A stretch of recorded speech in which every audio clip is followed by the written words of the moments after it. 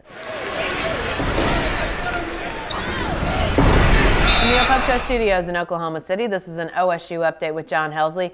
I'm Jenny Carlson. Well, John, the Cowboys got off to a winning start with Big 12 play on Saturday, which was nearly a must against K-State because now, oh my gosh, the stretch that they're in here. I guess that there's going to be tough stretches all through Big 12 play, but this is so tough. It is tough, and it comes right at the beginning of conference play when you're trying to build some momentum.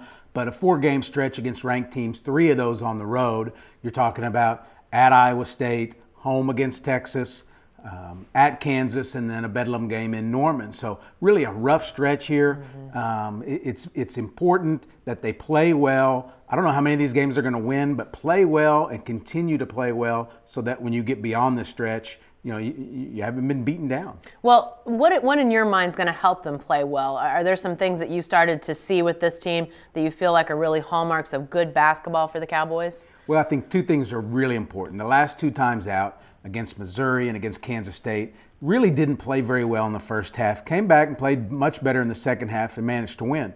Against this caliber of teams, you've got to play 40 minutes. It's just an absolute. No bad first halves will be allowed.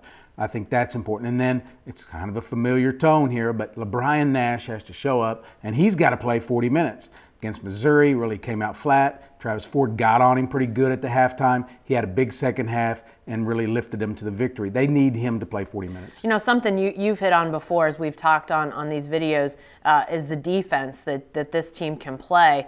And that really came out in the second half against K-State. They played some rock-solid defense. Can that be their calling card, especially in these games where they're not going to be expected to be the favorite in any of these? I think it can be the calling card, and I think it should be the calling card. I mean, you're right. They play good defense. Anthony Hickey out front, very good, disrupting plays from the beginning.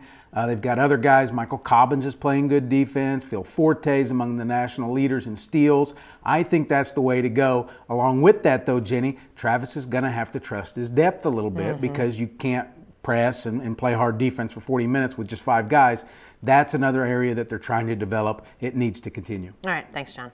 Be sure to stay with the best coverage team anywhere at newsok.com and every day in the Oklahoman.